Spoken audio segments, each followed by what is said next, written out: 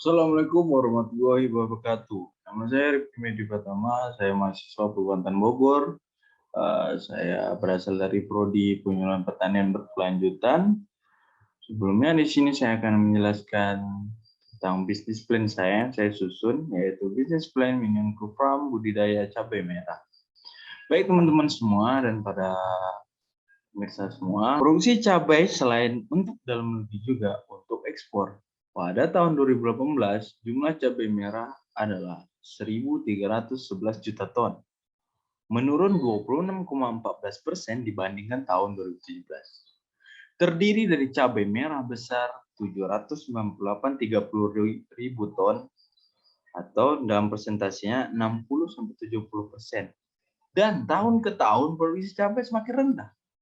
Produksi cabai yang sangat rendah menyebabkan penyebaran produksi yang tidak merata di setiap saat dari daerah-daerah. Oleh karena itu, menyebabkan harga cabai yang tidak menentu. Tujuan dan manfaat. Tujuan dan manfaat. Tujuan menghasilkan sayuran cabai merah budaya saing dan berkualitas. 2. Mengelola usaha tani dengan GAP dan GHP. Manfaat, mampu menghasilkan sayuran cabai merah segar yang berkualitas dan budaya saing. Mampu mengelola pertanian secara berkelanjutan dengan menggunakan GAP dan GHP. Baik, kita masuk ke deskripsi perusahaan. Identitas perusahaan. Minionku Farm. Minionku Farm adalah salah satu perusahaan yang bergerak di bidang budidaya sayur-sayuran masuk hortikultura di Kepulauan Riau, terkhusus di Pulau Kundur, Kabupaten Karimun. Terletak di Desa Sawang Selatan, Kelurahan Tanjung Priok Kota, Kundur Utara, Kabupaten Karimun, Provinsi Kepulauan Riau. Di mana di lokasi ini adalah salah satu sentra budidaya hortikultura terbesar di Kabupaten Karimun. Baik, kita masuk ke aspek pasar. Perkembangan pasar. Semakin hari semakin menginginkan kualitas yang baik dalam memilih sayuran, terutama cabai merah. Pangsa pasar masih belum bisa ditentukan, tetapi targetnya bisa, yaitu pasar tradisional dan modern. Perkembangan pasar. Semakin hari, perkembangan strategi pemasaran. Segmentasi. Secara geografis, demografis, dan fisiografis sangat mumpuni melakukan. Target dari produk cabai merah adalah semua kalangan.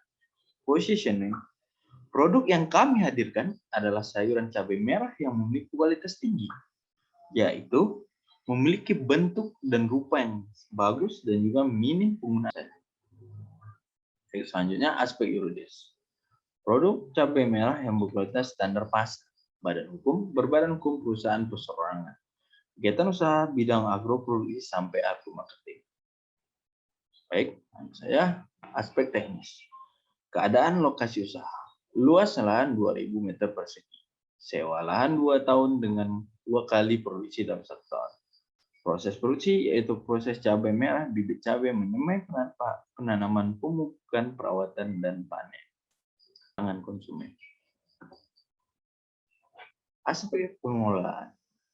Di sini yang menjadi ketua adalah saya sendiri, Rifki Medi Pratama, mengatur dan mendiskusikan perihal manajemen usaha mulai dari personalia, produksi, dan pemasaran. Divisi produksi. Di sini ada Said Farijansah, merencanakan jadwal melakukan kegiatan berkaitan dengan produksi. Divisi keuangan ada di Lubis, mencatat semua pengeluaran dan pemasukan dalam kegiatan usaha. Divisi pemasaran ada Erniati, merencanakan dan mencari pasar untuk hasil panen yang kita dapat. Aspek sosial dan lingkungan. Dampak terhadap masyarakat. Belajar bagaimana GAP dan GHP yang diterapkan di perusahaan. Dampak terhadap lingkungan. Aspek finansial. Mulai dari biaya investasi.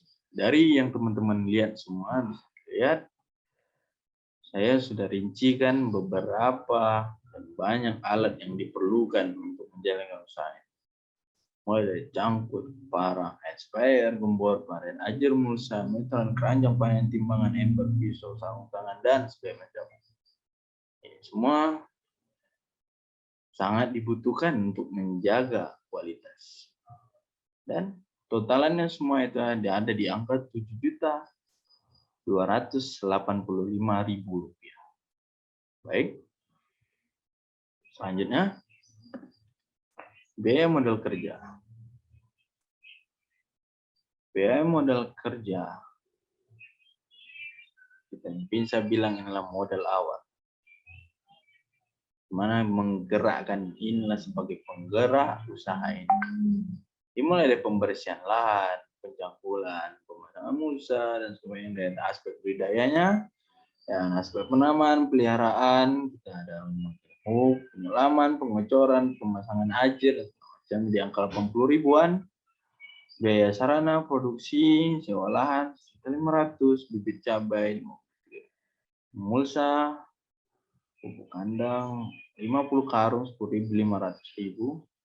Dan jatuhnya dari semua yang kita butuhkan ini, totalnya adalah untuk satu kali produksi itu 14.215.000.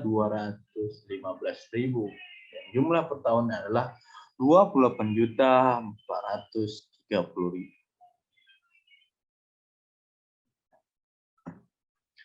Ya, biaya penyusutan. Biaya penyusutan ini gantung.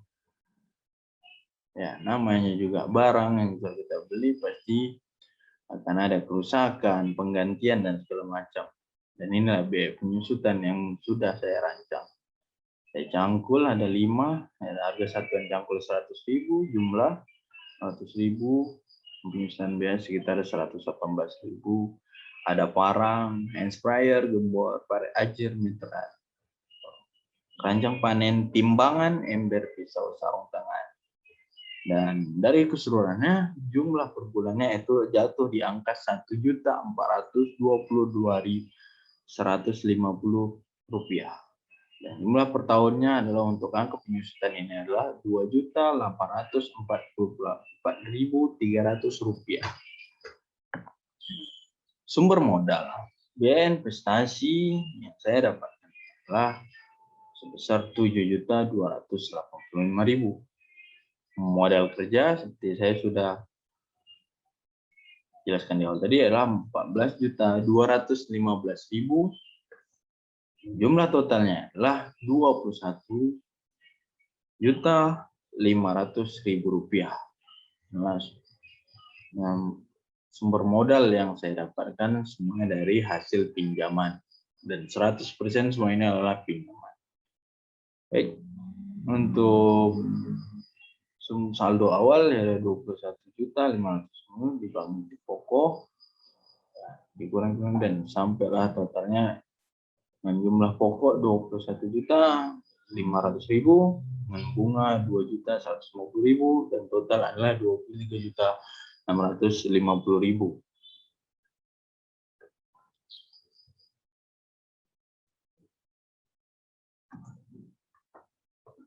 Penerimaan income. Menunjukkan dengan outputnya adalah per kilo dengan harga jual ada 20.000, penjualan per produksi ada 17.776.000 ya. Penjualan per tahun ada di angka 35.552 rupiah. Keuntungan proyek laba adalah penerimaan revenue 17.776.000. Dan per tahun, dua kali produksi jadi jatuh di angka 35.552.000. Biaya penyusutan ada di angka 1.422.150 rupiah. Dua kali produksi jadi 2.844.300 rupiah. Modal kerja tadi jatuh di angka 14.215.000 dan dua kali produksi adalah 28.430.000 rupiah. Nah, akhirnya ada 15.637.150 rupiah. per tahunnya kali 2, 31.247.300 rupiah. Laba sebelum pajak adalah 2.138.550 rupiah. Dan 2 kali produksi 6 tahun adalah 4.277.700 rupiah. Yang mana RC-nya ada di kisaran 1:1. Ini kita bisa, kalau dari sini kita lihat usaha ini sangat bisa dilanjutkan ke depan.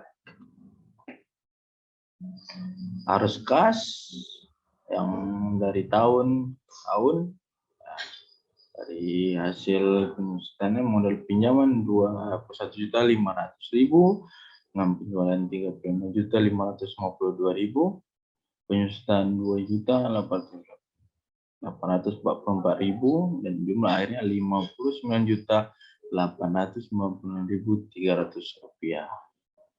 Dan terus harus gas keluar dari mulai dari peralatan segala macamnya dengan peralatan produksi, budidaya semuanya.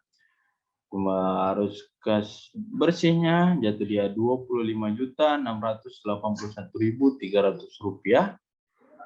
Selanjutnya harus, dan gas akhir ada 25.681.300, dan untuk tahun ini lagi jatuh di tahun kelima totalnya ada di, kalau untuk di kas air ada 62.096.500 rupiah. Baik, kita lanjut. Break even point BEP dalam rupiah. Selanjutnya adalah BEP. Biaya tetap satu modal kerja penjualan 1.422.150 rupiah, itu modal kerja dan penjualan dibagi dari 4, jadi 2 kali produksi 14.215 di modal kerja tadi dibagi sama penjualan 17.776.000 rupiah, dengan hasil yaitu 7.099.160. Usaha akan mendapatkan titik impas pada penjualan mencapai 7.099.968 rupiah. Baik, kita lanjut ke BEP dalam unit.